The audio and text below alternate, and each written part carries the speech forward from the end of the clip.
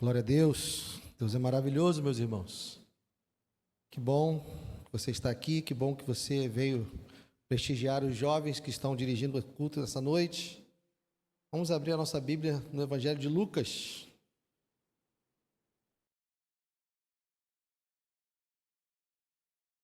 Lucas capítulo 14.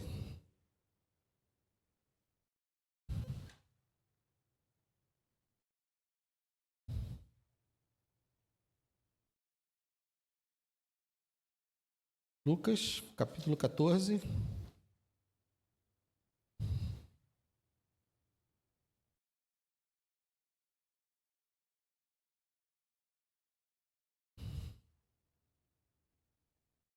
Nós vamos ler a partir do verso 25 até o verso 35.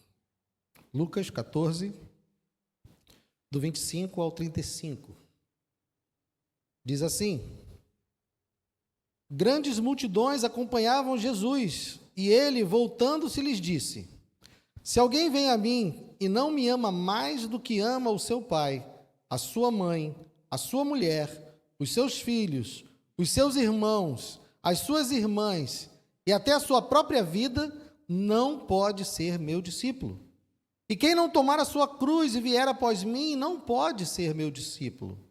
Pois qual de vocês, pretendendo construir uma torre, não se assenta primeiro para calcular a despesa e verificar se tem os meios para concluir?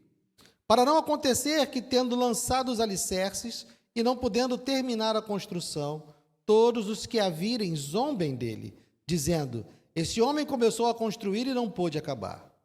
Ou qual é o rei que, indo para combater outro rei, não se assenta primeiro para calcular se com 10.000 homens poderá enfrentar o que vem contra ele com 20.000?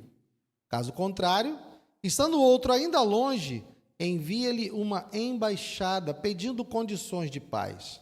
Assim, pois, qualquer um de vocês que não renuncia a tudo o que tem, não pode ser meu discípulo. O sal é certamente bom, mas se o sal se tornar insípido, como lhe restaurar o sabor? Não presta mais nem para a terra, nem para o monte de estrume, lançam-no fora. Quem tem ouvidos para ouvir, ouça. Pai amado, obrigado, Deus, pela tua palavra. Fala conosco, Deus, nessa noite.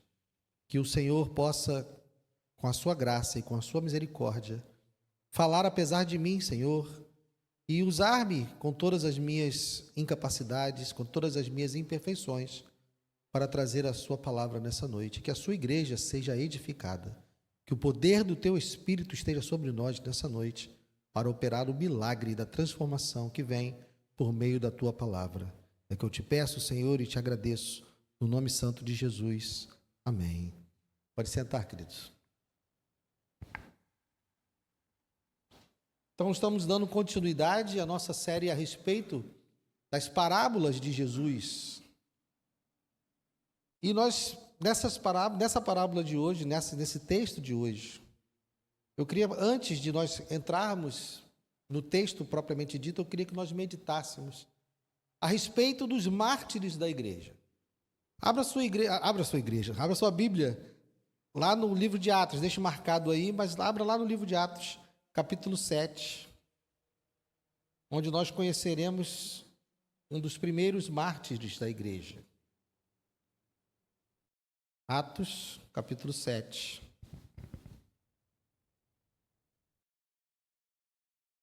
Versos 54 a 60.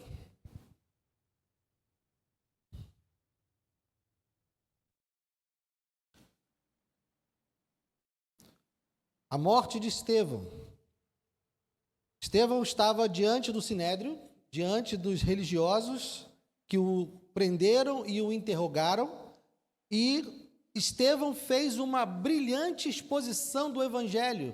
Estevão fez uma brilhante pregação a respeito de Cristo. Só que, ao ouvir a pregação, a reação foi essa, verso 54. Ao ouvirem isso, ficaram com o coração cheio de raiva e rangiam os dentes contra ele. Mas Estevão, cheio do Espírito Santo, fitou os olhos no céu e viu a glória de Deus e Jesus, que estava à direita de Deus. Então disse: Eis que vejo os céus abertos e o Filho do Homem em pé à direita de Deus. Eles, porém, gritando bem alto, taparam os ouvidos e, unânimes, avançaram contra ele e, expulsando-o da cidade, o apedrejaram. As testemunhas deixavam as capas deles aos pés de um jovem chamado Saulo. Enquanto o apedrejavam, Estevão orava, dizendo: Senhor Jesus, recebe o meu espírito. Então, ajoelhando-se, gritou bem alto: Senhor, não os condenes por causa desse pecado. E depois que ele disse isso, morreu. Estevão foi morto, apedrejado, porque pregou o evangelho para os religiosos de sua época. E ainda assim, sendo apedrejado, ele clama para que o Senhor tenha misericórdia dele. Estevão foi apenas um dos primeiros. Ao longo do Império Romano, vários e vários mártires da igreja têm histórias terríveis, onde, se você tiver interesse, eu recomendo um livro chamado Livro dos Mártires, escrito por John Foxe, onde você verá relatos impressionantes de como os cristãos eram perseguidos e mortos com requintes de crueldade. Relatos que a gente lê e pensa que como o ser humano pode ser capaz de fazer tais coisas, mas eles são capazes de fazer. Mas isso, irmãos, não se resume ao que aconteceu no Império Romano. Nós podemos comodamente pensar que a perseguição aos cristãos e essas atrocidades que fizeram contra os cristãos ficou lá no passado, ficou lá no Império Romano. Numa estatística do Portas Abertas, em 12 meses, de outubro de 2022 até outubro de 2023, 5.000 cristãos foram mortos por causa da sua fé em Cristo. Isso significa que nós tivemos 13 cristãos mortos por dia. Um cristão morto a cada 2 horas. E isso acontece hoje. Homens e mulheres que são mortos porque creem no Senhor Jesus. Isso aconteceu lá no livro de Atos, isso aconteceu ao longo do Império Romano e isso aconteceu ano passado. E está acontecendo hoje. E Jesus aqui, se você reparou, Jesus está falando para as multidões. Verso 25, grandes multidões acompanhavam Jesus, e ele, voltando-se, lhes disse. Então, o que nós lemos, o texto que nós lemos aqui, é Jesus falando com as multidões que estavam interessadas no seu ministério. A audiência, quando nós vamos estudar a palavra de Deus, principalmente as parábolas de Jesus, nós precisamos ter clareza com quem Jesus está falando, para que nós possamos interpretar corretamente aquilo que Jesus está falando.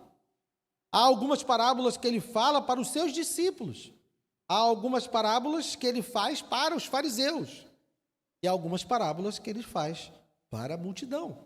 E essa é uma parábola para a multidão. É como se Jesus estivesse olhando para aquelas pessoas, para aquela multidão, que estava pensando se iria segui-lo ou não, e ele se volta para a multidão e começa a explicar qual é o custo de segui-lo. Tem um livro que fala a respeito de Jesus, que diz que é o maior psicólogo de todos os tempos, acho que o nome é esse, né? Fala sobre Jesus, o maior psicólogo de todos os tempos. Olhando para esse texto, eu escreveria um livro chamado Jesus, o pior marqueteiro de todos os tempos, porque ele se vira para a multidão e começa então a falar a respeito do custo de segui-lo, para ajudar essas pessoas a tomarem uma decisão. Só que quando ele se volta para as multidões, quando ele quer trazer informações para essa multidão, para elas decidirem se devem ou não segui-lo, para decidirem se vão se tornar discípulos dele ou não, o discurso que ele faz é esse, verso 26. Se alguém vem a mim e não me ama mais do que ama o seu pai, a sua mãe, a sua mulher, os seus filhos, os seus irmãos, as suas irmãs e até a sua própria vida, não pode ser meu discípulo. Pior marqueteiro da história. Eu, provavelmente, se estivesse ali, eu já tinha ido embora. Não sei você. Mas o que Jesus está querendo falar para essas pessoas? Ele está trazendo com clareza que há um custo ao segui-lo, que há um preço ao segui-lo. Não é algo que nós podemos decidir distraidamente, não é uma decisão que nós podemos tomar sem que haja um pensamento, que haja uma meditação séria a respeito da decisão que vai ser tomada. E aí você pode perguntar, mas Guilherme, vocês não ficam falando o tempo todo que a salvação é gratuita? Como assim, então, custo? O custo não é da salvação. A nossa salvação, ela é gratuita. Nós somos salvos porque Ele pagou a nossa dívida, uma dívida que, como nós vimos algumas semanas atrás, ou na semana passada, se não me engano, uma dívida que é impagável. Ele pagou o preço do nosso pecado, Ele pagou o preço da nossa iniquidade, Ele levou sobre si os nossos pecados, e por isso nós temos perdão, e por isso nós temos relacionamento com Deus, paz com Deus e a vida eterna. Isso é dado gratuitamente. Mas a partir do momento em que nós recebemos esse presente, existem consequências desse presente. A salvação é gratuita, porque nós não tínhamos como pagar. Ele pagou por nós. Mas ser um seguidor, ser um discípulo de Cristo, tem consequências. Por quê? Aqueles que odiaram Jesus vão odiar os seus seguidores. Aqueles que perseguiram Jesus vão perseguir os seus seguidores. É uma consequência, não é que nós estejamos pagando para ser salvos. Não é o fato de sermos perseguidos, esses mártires que eu falei. Estevão não pagou a sua salvação ao ser apedrejado.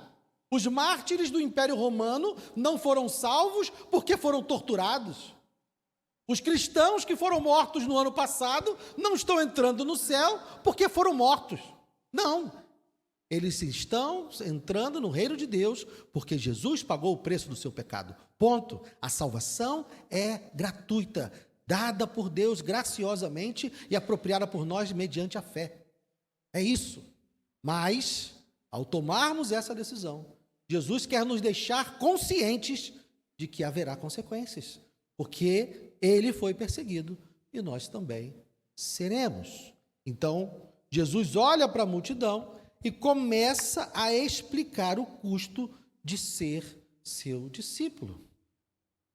O verso 26 que eu li, segundo que ele diz, se alguém vem a mim e não me ama mais do que ama o seu pai, a sua mãe, a sua mulher, os seus filhos, os seus irmãos e as suas irmãs e até a sua própria vida, não pode ser meu discípulo.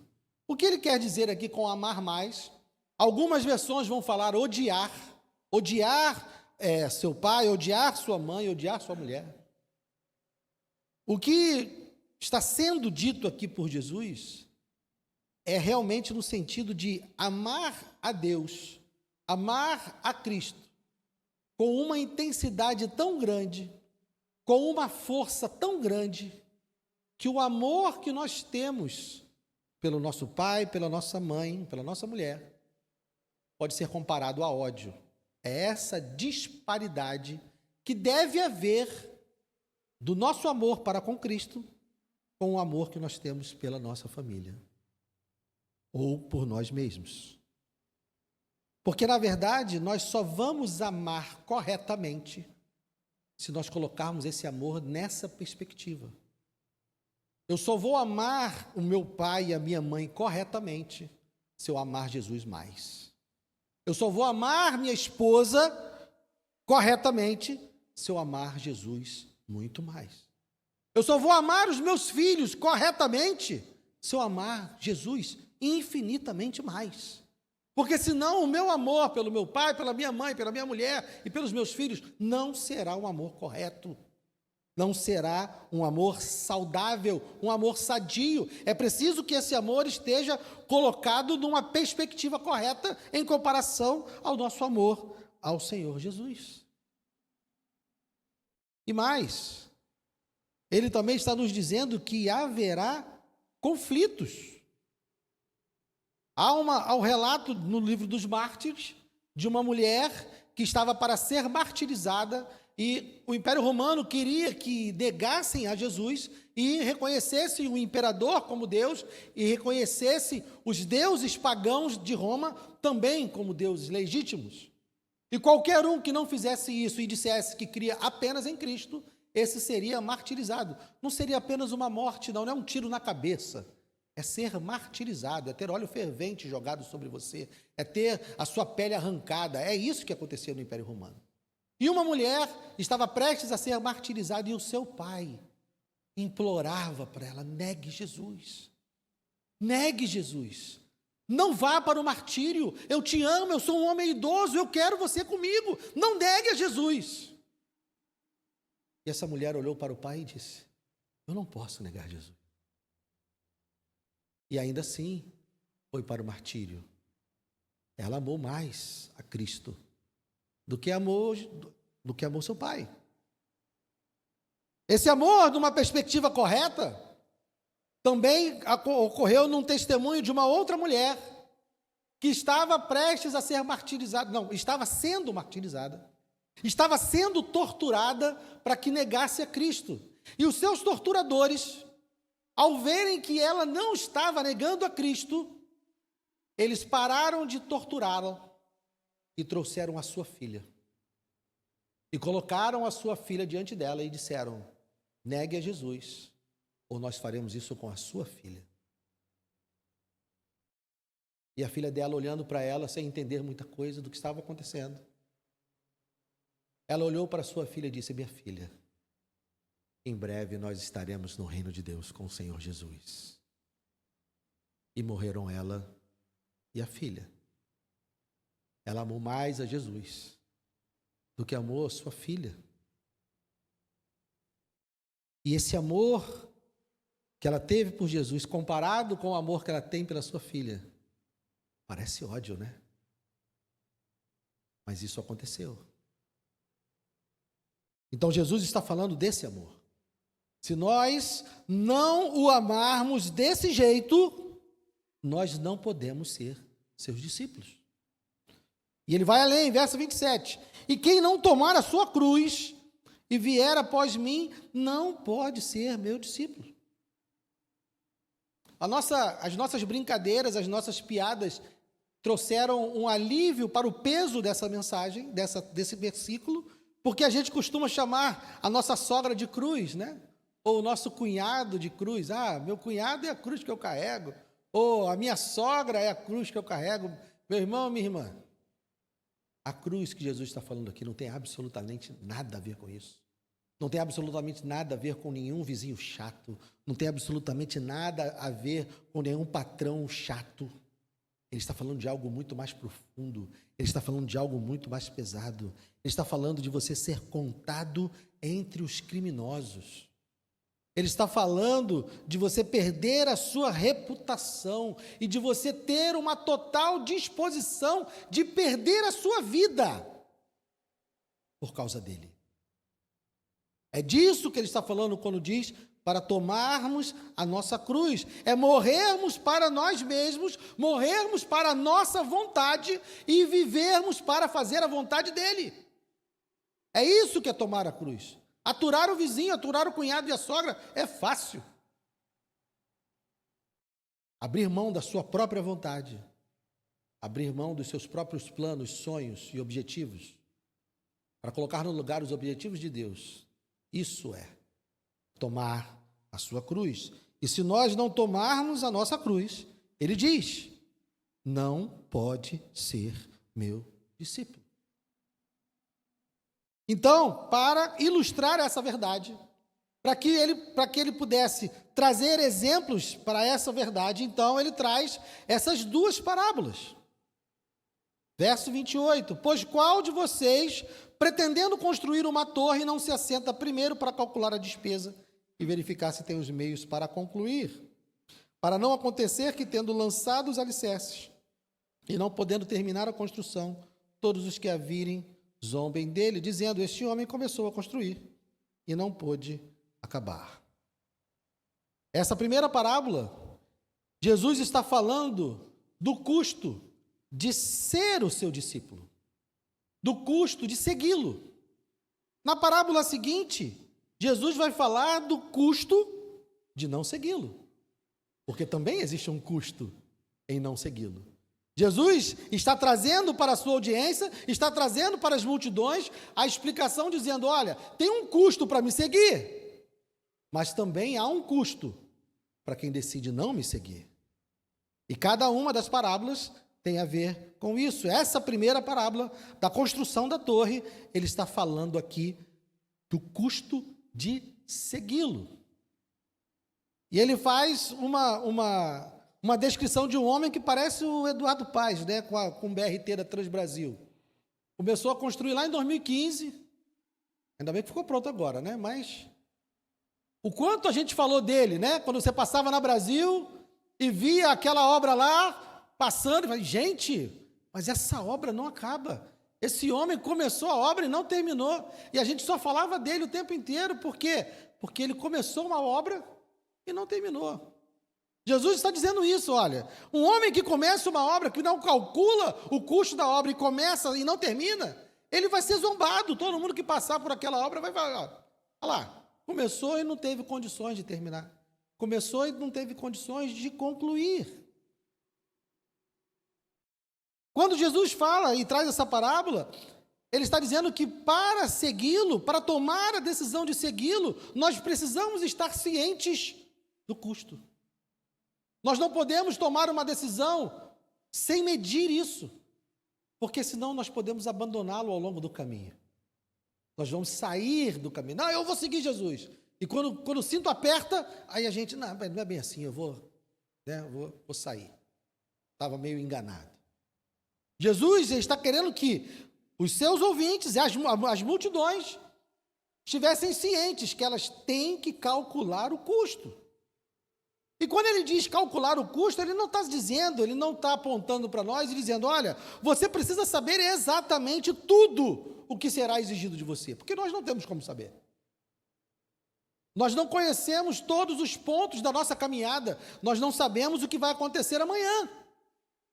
Então, ele não está dizendo que para segui-lo, nós devemos colocar numa planilha do Excel e entender exatamente todos os custos que há em segui-lo.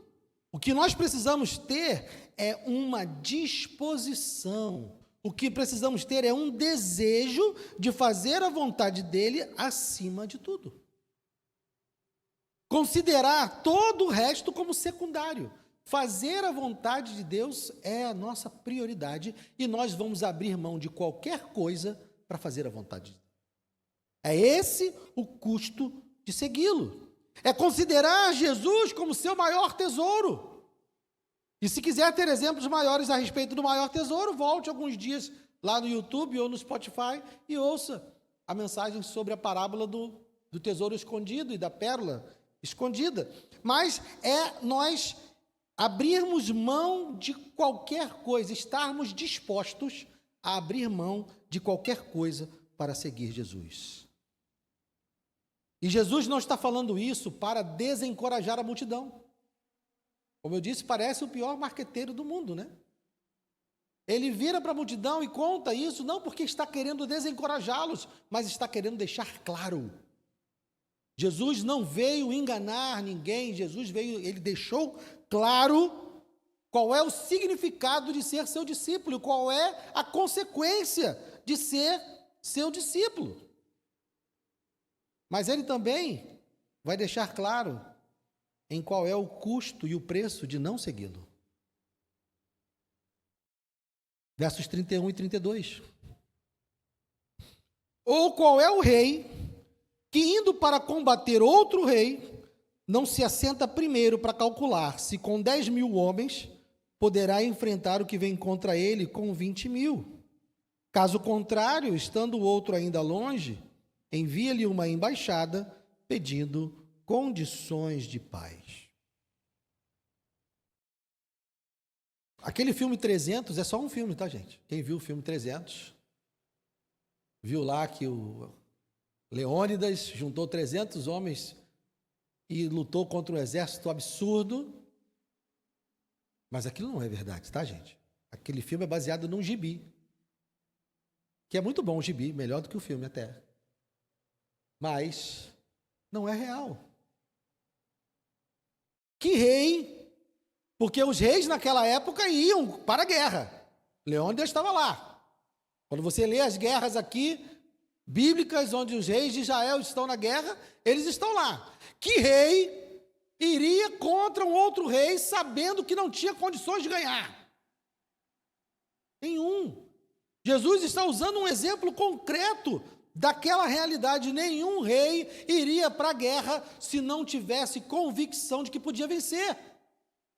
Nenhum rei, tendo 10.000 soldados, iria contra um outro rei que tinha 20.000. Só Leônidas. Tem até um meme que o cara fala assim: pô, Leônidas, você tem que parar de arrumar essas confusão. Porque 300 contra 10.000 não dá, pô.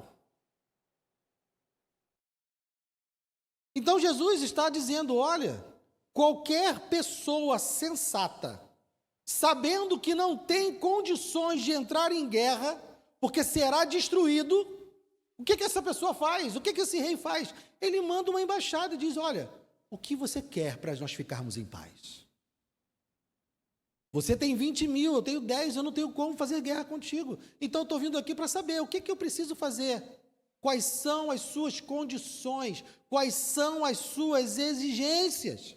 Quando Jesus está dizendo aqui para ele enviar uma embaixada e poder ver as condições de paz, ele não está falando de negociação. Jesus está falando de rendição. É um rei que olhou para o exército inimigo, olhou para o seu exército e falou: não vai dar, vai morrer todo mundo. Então eu vou lá e digo: olha, eu me rendo. O que você quer é tributo? O que você quer é honra? O que você quer para ter paz? Então Jesus está nos dizendo que se nós decidirmos não segui-lo, nós estamos nos mantendo na inimizade com Deus. E que haverá o dia em que esse Deus virá cobrar de nós. Haverá o dia em que esse Deus virá julgar vivos e mortos. E aqueles que não estiverem em Cristo irão pagar pelos seus pecados sobre si mesmos. Porque, como eu já disse aqui, não existe nenhum pecado que ficará sem punição. Todos os pecados são punidos. Deus não deixa nenhum pecado impune. A diferença é que aqueles que estão em Cristo tiveram seus pecados punidos em Cristo. E aqueles que não estão em Cristo terão os seus pecados punidos em si mesmos. Mas todo pecado é punido. Então Jesus está dizendo que se não se render, será destruído. Então é questão de escolher qual dos custos. Existe um custo para segui-lo? Existe. Mas existe um custo de não segui-lo, que é muito mais grave, que é muito mais pesado. Então ele conclui esse raciocínio no verso 33, assim, pois, qualquer um de vocês que não renuncia a tudo o que tem, não pode ser meu discípulo. Quem entrega tudo a Cristo, entrega porque sabe que ganhou muito mais. Quem abre mão, quem renuncia a tudo por Cristo, sabe que ganhou de Cristo muito mais. E aquele que não quer seguir Jesus, não percebeu que vai perder tudo. Tudo que acha que tem, vai perder. Porque será destruído no final. Então, versos 34 e 35, o sal é certamente bom, Mas se o sal se tornar insípido, como lhe restaurar o sabor? Não presta mais nem para a terra, nem para o monte de estrume. Lançam-no fora. Quem tem ouvidos para ouvir, ouça. Jesus está dizendo aqui que aquele que persevera, aquele que se mantém na decisão de arcar com os custos de segui-lo, esse é o sal que é bom. Porque naquele tempo existia um sal que não era muito bom. O sal, havia um sal que era vendido com muitas impurezas. E ele não era um sal legítimo, era como se você estivesse comprando um sal misturado, falso, e esse sal falso, ele não cumpria o seu papel. Então Jesus está dizendo que quando o sal se torna insípido, é porque ele nunca foi sal de verdade. Ele não era o sal verdadeiro. Então, aquele que persevera e renuncia de verdade, ele não volta atrás. Aquele que analisa os custos de seguir a Cristo e decide seguir a Cristo de fato, ele vai permanecer. Ele vai continuar e vai realmente avançar, seguindo Jesus.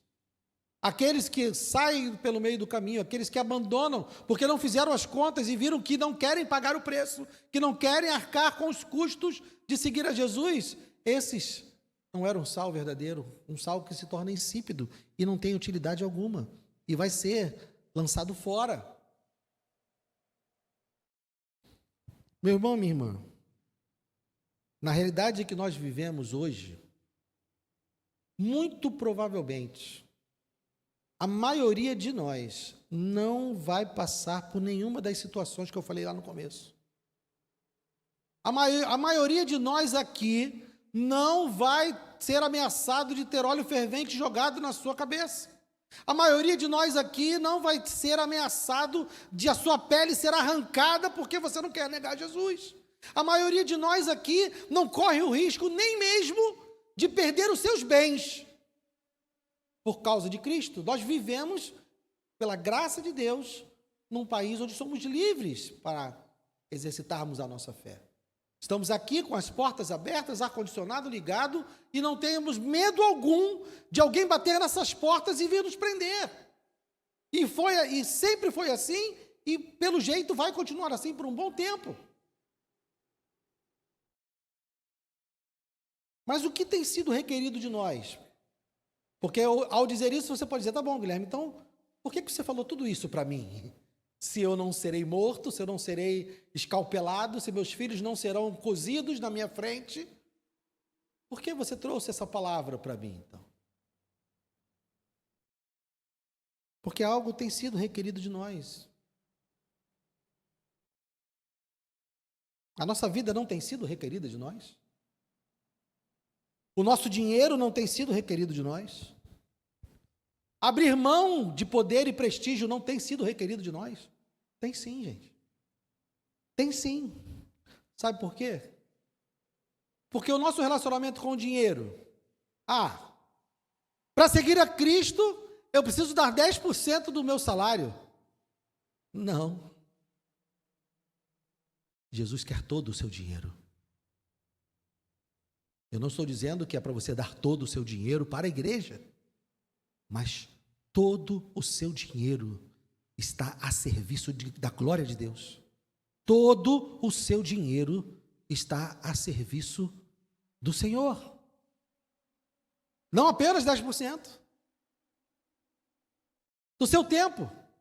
Para eu ser seguidor de Cristo, é 1h30 por semana do meu tempo que está sendo requerido. Não, meu querido.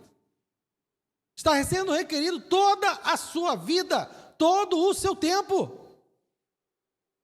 O que você faz, o que você pensa, o que está no seu coração, o que você está buscando quando você está fora daqui, quando você acorda de manhã na segunda-feira, quando você chega em casa na quarta, quando você sai de casa na sexta. Todo o nosso tempo. Jesus disse, aquele que não renuncia a tudo. Então o nosso dinheiro não é mais nosso. O nosso tempo não é mais nosso. Poder e prestígio. por ser um seguidor de Deus, eu terei sucesso pessoal. Vou ter uma vida próspera. Não. Deus requer tudo de nós. Inclusive que, se for necessário, nós abriremos mão de uma vida confortável e próspera. Porque Ele requer tudo de nós.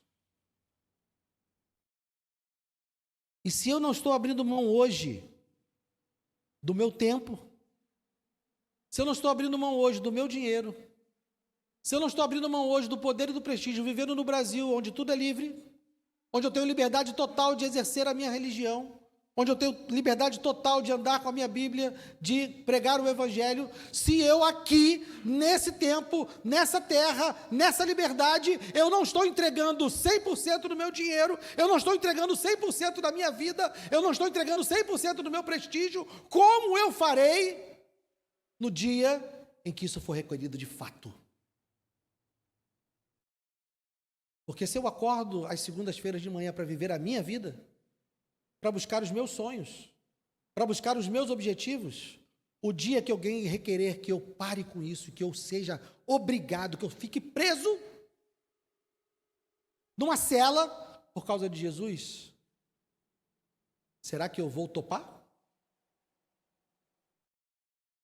Se alguém um dia chegar para mim e disser: Guilherme, se você não negar a Jesus, eu vou tomar todos os seus bens e você vai perder a sua aposentadoria.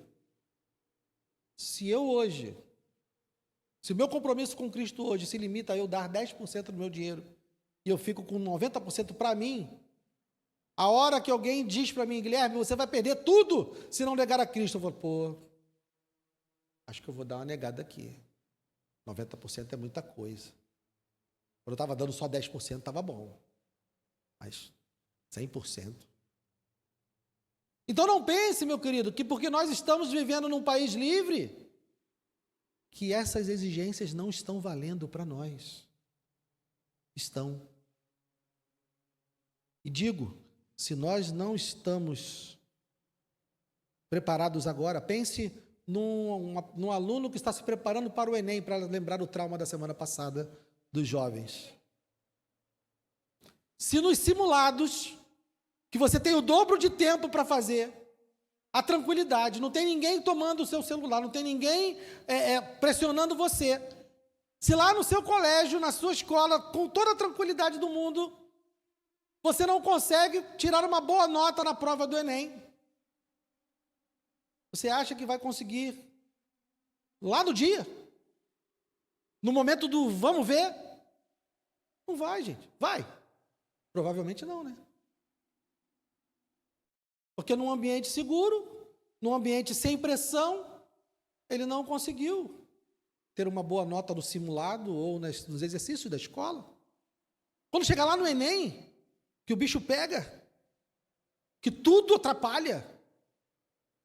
Aquele aluno que levou um saco de Ruffles para a sala da prova, e ele começa a comer aquele negócio e você não pensa em mais nada, você só escuta.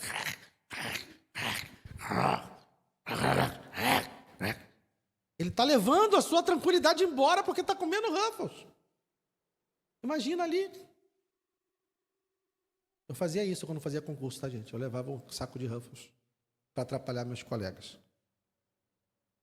Tática ensinada no curso. Mas, meus irmãos, na hora do vamos ver, na hora da pressão, é que se eu não estou fazendo isso hoje, que está tudo tranquilo, a verdade é que a probabilidade de eu não fazer na hora da pressão é imensa. Quando eu leio os relatos do livro dos mártires, eu olho para aquilo e falo: Senhor, nunca me faça passar por isso, Deus. Eu peço, Deus. Tem crente que pede perseguição, eu não consigo entender. Crente que pede perseguição. Ah, não, a igreja está precisando de uma perseguição. Deus me livre. Quem tem que tomar essa decisão é Deus. Eu não vou pedir perseguição. Quando eu leio o livro dos mártires, eu digo: Senhor, eu não consigo, de verdade, meus irmãos, eu não consigo me imaginar permitindo que alguém mate meus filhos. Não consigo. E quando eu vejo essa mensagem e eu tenho pregado as parábolas, né, e alguns irmãos dizem para mim, poxa, Guilherme, é só pedrada. Eu falei, gente, eu não tenho culpa, são as parábolas. É Jesus falando. Mas eu não quero que vocês pensem, meus irmãos, que eu estou aqui me colocando numa posição de superioridade. Eu sou o primeiro a apanhar. Eu sou o primeiro a ser ferido pela palavra. Eu sou o primeiro a ser cobrado pela palavra. E eu olho para a minha vida, meus irmãos, e digo, como eu estou longe disso? Como eu estou longe disso? Como eu tenho medo de haver uma perseguição de verdade. Porque eu, de fato, meus irmãos, eu não posso afirmar para você, se eu bater no meu peito aqui agora e dizer, eu não negarei Jesus, eu estarei mentindo. Essa é a realidade. Então, não sinta-se acusado por mim, pelo amor de Deus. Sinta-se chamado pela palavra para a mudança. Sinta-se chamado por Cristo para a mudança. Porque nós temos uma outra parábola ainda para hoje. Volte lá, vamos para o capítulo 11. Porque se você, como eu, você olha para essas verdades e pensa, Senhor, eu estou muito longe disso.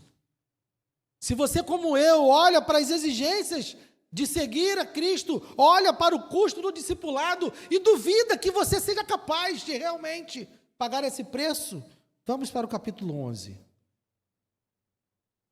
Vamos ler a partir do verso 5.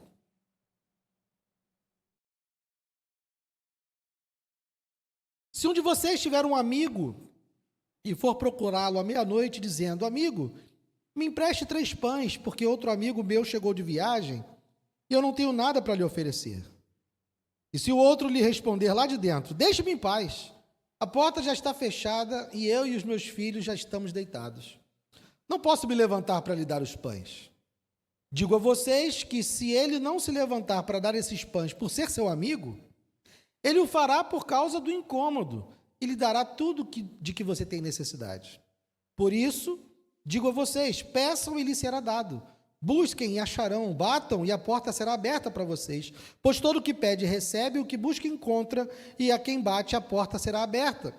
Quem de vocês, sendo pai, daria uma cobra ao filho que lhe pede um peixe? Ou daria um escorpião ao filho que lhe pede um ovo? Ora, se vocês que são maus sabem dar coisas boas aos seus filhos, quanto mais o Pai Celeste dará o Espírito Santo aos que lhe pedirem. Meus irmãos, se você, como eu, olha para as parábolas que nós acabamos de analisar e entende que está muito longe disso, que não vai resistir diante dessas exigências, que não vai conseguir arcar com o custo do discipulado, saiba que Deus é muito melhor do que esse amigo aqui. O que Jesus está dizendo com essa parábola é que se esse amigo que não quer te socorrer porque é amigo, esse amigo vai te atender pela sua importunação, quanto mais o nosso Pai, quanto mais o nosso Deus, que nos ama, Ele vai atender o nosso pedido de oração. Mas que pedido de oração? Um pedido para conseguir arcar com os custos do discipulado. Guilherme, eu não tenho condições. Guilherme, eu olho para essas exigências e digo, eu não consigo. Se volte para Deus. Clame ao Senhor. Clame ao Senhor para dizer, Senhor, eu confesso que eu olho para a minha vida e não encontro em mim a potência, não encontro em mim os meios de arcar com os custos desse discipulado. Sabe o que Deus vai fazer? Ele vai te dar. Ele vai te dar as condições, Ele vai transformar a sua vida, Ele vai fazer com que você realmente dê a Ele os 100% do seu dinheiro, Ele vai fazer com que você dê a Ele os 100% do seu tempo, Ele vai fazer que você abra mão de tudo por Ele, porque Ele vai te dar o Espírito Santo. É no poder do Espírito que um cristão vive a vida cristã. É no poder de Deus que nós vivemos aquilo que Ele requer de nós. Não é na nossa força, não é na nossa violência, não é no poder do nosso braço. Então, quando olhamos para exigências como essas, o nosso caminho é falar para Deus: Senhor, me ajuda. E clamar de verdade. Porque nós sabemos clamar por coisas sem importância. Nós pedimos mais dinheiro e menos disposição para abrir mão do dinheiro. As nossas orações são completamente equivocadas. Nós devemos olhar para as exigências do Evangelho e clamar a Deus para que Ele nos capacite a viver as exigências do Evangelho. Não importa o resto. Senhor, eu não preciso de um salário melhor. Eu preciso aprender a me relacionar com o meu dinheiro, como ele sendo seu e para a sua glória. Senhor, eu não preciso de mais tempo, eu preciso que o meu tempo seja seu. Senhor, eu não preciso de mais sucesso, de mais prestígio, não. Eu preciso é que eu esteja fazendo a sua vontade. E que as nossas orações sejam essas, que os nossos pedidos sejam esses, porque se você pedir santidade a Deus, Ele vai te dar. Se você pedir renúncia a Deus, Ele vai te dar, porque Ele é muito melhor do que esse amigo aqui que não quis dar o pão. Ele é muito melhor do que nós. Se nós, que somos maus, sabemos dar coisas boas aos nossos filhos, quanto mais o nosso Pai Celeste vai nos dar tudo o que é necessário para vivermos a vida cristã como devemos viver. Então, se ao ouvir essa palavra nessa noite, e se você ainda não é um discípulo de Cristo, se você é alguém que está aqui interessado no ministério de Cristo, esse é o marketing de Cristo. Ele não está enganando você, Ele está chamando você para segui-lo. Está dizendo que ao segui-lo haverá um custo. E se você decidir também não segui-lo, também haverá um custo. Que você nessa noite possa escolher qual custo você está disposto a pagar. Porque o custo de segui-lo, Ele vai te ajudar a pagar. O custo de não segui-lo, você vai pagar sozinho.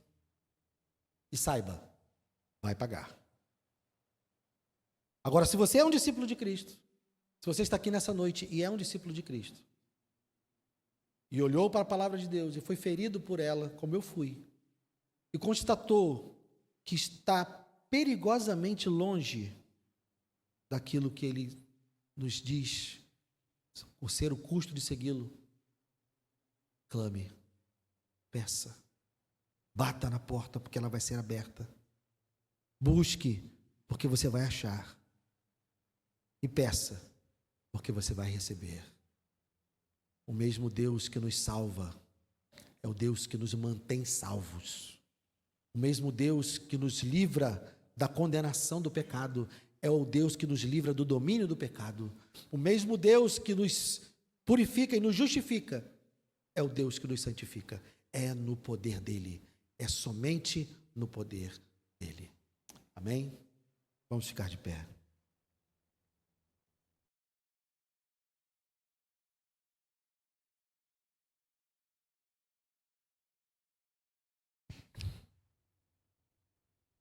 Senhor, quão desafiadora é a sua palavra. Quanto ela ilumina as trevas que há em nós. Porque podemos estar caminhando e pensando, não há mais trevas no meu coração, eu estou bem, estou com Cristo, estou na luz. Mas a tua palavra vem e nos confronta e nos faz ver o quanto ainda precisamos caminhar. E nos faz ver graciosamente o quanto ainda precisamos mudar. Obrigado, Senhor, por não nos deixarem enganados e por nos advertir no momento oportuno, um momento onde há tempo de nós nos consertarmos, um momento onde há tempo de nós buscarmos, de nós batermos, de nós pedirmos, para sermos transformados. Obrigado por nos dizer e nos ensinar: pare de pedir coisas inúteis e peça para ser santo. Pare de pedir coisas sem importância e passe a pedir que me ame de verdade. Então, Senhor, o meu pedido nessa noite é que eu te ame mais do que eu penso que amo hoje. Que eu te ame mais, Senhor, mais do que eu amo meus pais, mais do que eu amo minha mulher, mais do que eu amo meus filhos, mais do que eu amo a mim mesmo, Senhor. Porque olhando para a minha vida, não é isso que é a realidade. Porque não importa o que eu diga, quando eu olho para a minha vida, eu não estou te amando mais. E aquilo que eu faço fala muito mais do que aquilo que eu falo. Então, Senhor, me ajuda. E ajuda qualquer um dos meus irmãos que estiver aqui nessa noite e que chegou à mesma conclusão que eu, que precisa te amar mais, que precisa tomar decisões difíceis quanto ao seu dinheiro, que precisa tomar decisões difíceis quanto ao seu tempo, que precisa tomar decisões difíceis quanto ao seu futuro, quanto aos seus sonhos, quanto aos seus planos. Porque é isso que a tua palavra requer de nós. E Deus, isso não é nada comparado com o que o Senhor fez por nós. Muito obrigado, Deus. Obrigado pela tua palavra. Por mais dura que ela seja, porque a tua palavra diz que o Senhor repreende aqueles que ama.